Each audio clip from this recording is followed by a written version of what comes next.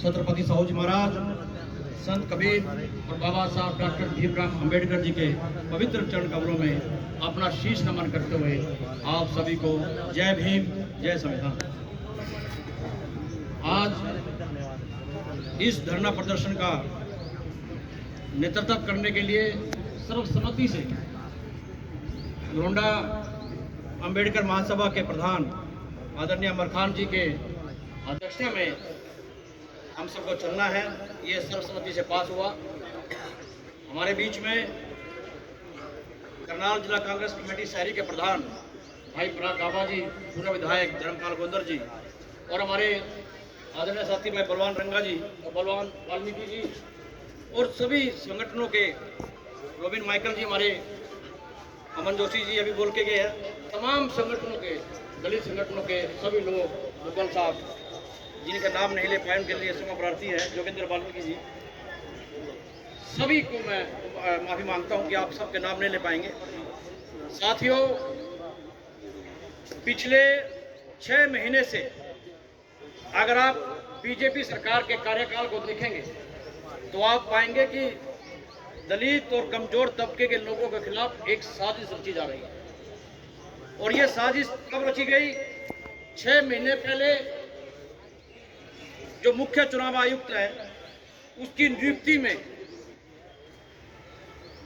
देश का प्रधानमंत्री, देश का नेता प्रतिपक्ष और इस देश का सबसे बड़ा संवैधानिक पद का संरक्षक चीफ जस्टिस ऑफ इंडिया बैठा करते थे।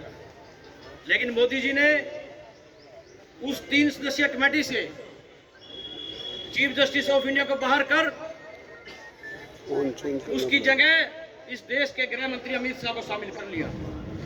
और जब विपक्ष के लोगों ने इसका विरोध किया कि भाई अब तो आपकी 2 वोट होगी, आप लोग ही बनाएंगे, वो आपका कहना मानेगा, तो नेता प्रतिपक्ष के पास तो 1 वोट रह गई। और जब इस देश की लोकसभा के अंदर इस बात को विपक्ष ने उठाया, शोर मचाया, तो 143 सांसदों को बाहर निष्कासित कर दिया लोकसभा से और ये कानून पास कर दिया। और क्लॉज 116 के तहत मुख्य चुनाव आयुक्त को इतनी पावर दे दी कि भाई चीफ जस्टिस ऑफ इंडिया भी उस पर मुकदमा दर्ज नहीं कर सकता, राष्ट्रपति मुकदमा दर्ज नहीं कर सकता, उसके खिलाफ कहीं FIR नहीं हो सकती। इतना ताकतवर बना दिया। और उसने उस ताकत का फायदा उठाते हुए जब SIR शुरू किया, स्पेशल इंटेंसिव रिवीजन स्टार्ट किया, तो करीब दलित और कमजोर तबके के करीब 65 लाख वोट काट दिए, क्योंकि बाबा साहब डॉक्टर भीमराव अंबेडकर ने हमें वोट का अधिकार दिया और सबसे पहले इन्होंने वोट के अधिकार को छीनने का प्रयास किया, उस पर चोट मारी और ये कहा, सुप्रीम कोर्ट ने कहा कि भाई जो 65 लाख लोगों की वोट काटी है वो डालो अपने पोर्टल पे, जो आपका वोटर्स पोर्टल है उस पर डाल दीजिए। नहीं डालेंगे, नहीं दिखाएंगे। मतलब तानाशाही तरीके से चला रहे इस देश को, किसी की कोई सुनवाई नहीं। और अभी हमारे देखिए, जब चीफ जस्टिस ऑफ इंडिया ने इस देश के बहुजन के हित में, इस देश की एकता अखंडता बनाए रखने के लिए अपने निर्णय देने शुरू किए, तो उसके विरोध में एक मनुवादी प्रवृत्ति के व्यक्ति ने उन पर हमला करने की कोशिश की। ये CGI पर हमला नहीं है, इस देश के उन तमाम दलित और कमजोर लोगों के ऊपर हमला है जो इस देश को मजबूत बनाना चाहते हैं। तो मेरी आप सभी से विनती है, ये छोटी घटना नहीं है। दूसरी घटना, उत्तर प्रदेश के अंदर रायबरेली में हरिओम वाल्मीकि जी को पीट कर मार डाला। इतने निर्लज लोग हैं ये, और बोल रहे हम बाबा के आदमी हैं। तो ये हालात क्या हो रहे हैं इस देश के अंदर? आज जागने का समय है, बाहर निकलने का समय है। अब ये घटनाएं चली रही थी कि दलित और कमजोर तबके से करोड़ों में कोई एक IAS IPS बनता है। कितना समय लगता है IPS पढ़ने में, IAS पढ़ने में, और वो भी इतनी बड़ी पोस्ट पे ADGP रैंक के अफसर।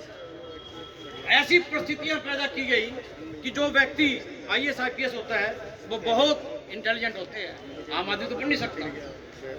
तो किन परिस्थितियों में उसको इतना बड़ा कदम उठाना पड़ा, अपनी जान समाप्त करने का कदम उठाना पड़ा, तो ये छोटी बात नहीं है। तो ऐसे में हम सब का ये नैतिक और संवैधानिक फर्ज बनता है कि हम सबको आपसी मतभेद बुलाकर, आज सब ने आपसी मतभेद बुलाकर एक होने का किया है।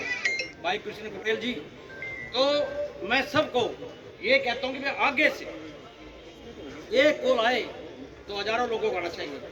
तो इन्हीं शब्दों के साथ मैं अपनी वाणी को विराम देता हूँ। जय भीम, जय संविधान। बहुत बढ़िया भाई, सारे दोस्त यहाँ से 12 बजे निकलेंगे।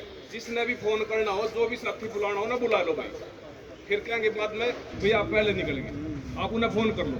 और जो भी बोला भाई वो ना 2 मिनट में खत्म कर ला भाई, क्योंकि है ना और भी कई काफी साथी हैं वो बोल लेंगे, जो बुजुर्ग हैं वो बोल लेंगे। ठीक है ना? हमारे बीच में गांव जडोली से टीम पंछी है, तो मैं निवेदन करूंगा जडोली से सोनू जी। गांव जडोली की तरफ से सभी को जय भीम, जय संविधान। आज जो सरकार देश में बैठी है उसका सिर्फ एक ही मकसद है, दलित समाज को बिल्कुल खत्म करना। अभी की घटना देखो, गांव जडोली की रात को बाबा साहेब की मूर्ति खंडित कर दी गई। प्रशासन ने अब तक 4 दिन 5 दिन हो गए हैं, कोई कार्रवाई नहीं की। मैं तो अपनी कमेटी की तरफ से आप सभी के बीच में अपनी ये फरियाद लेके आया हूँ कि गांव जडोली में जो मूर्ति खंडित हुई है, प्रशासन को जगाया जाए और अपनी ताकत दिखाई जाए। मैं ज़्यादा ना बोलते हुए सबको जय भीम, जय संविधान।